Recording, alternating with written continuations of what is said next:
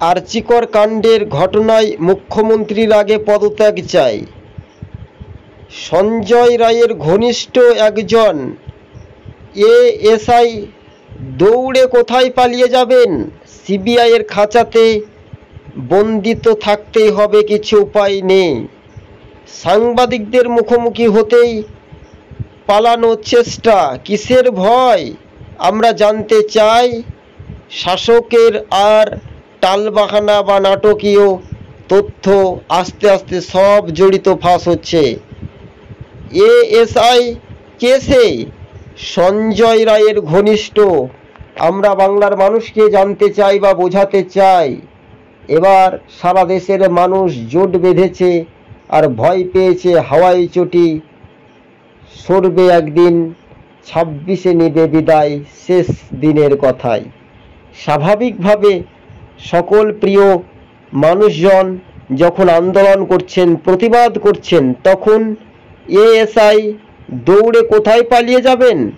আরও সব চোর একই সঙ্গে যখন গ্রেপ্তার হবে, তাদেরকে একই মঞ্চে ফাঁসি দিতে হবে। আরজিকর কাণ্ডের কর্মরত জুনিয়র ডাক্তার আমরা বলতে পারি মৌমিতা দেবনাথকে যেভাবে দুর্বৃত্তরা মেরেছে, খুন করেছে, তাদের বিরুদ্ধে কড়া পদক্ষেপ নিতেই এবার তৎপরতায়। কীভাবে দৌড়ে পালাচ্ছে দেখুন। ডাকাত মনে হচ্ছে চোর, চুরি করেছে।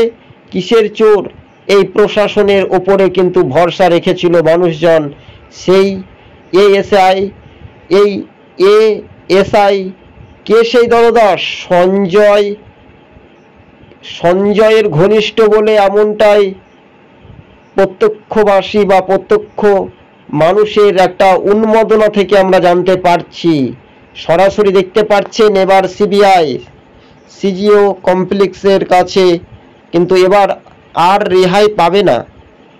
আর রেহাই পাবে না। বাংলার মানুষ যখন আন্দোলন করছে নিরাপত্তা নিয়ে, তখন আজকে দেশের সুপ্রিম কোর্ট আদালত তিনি বলেছেন রাজ্যের প্রশাসনের ওপর কোনো ভরসা নেই।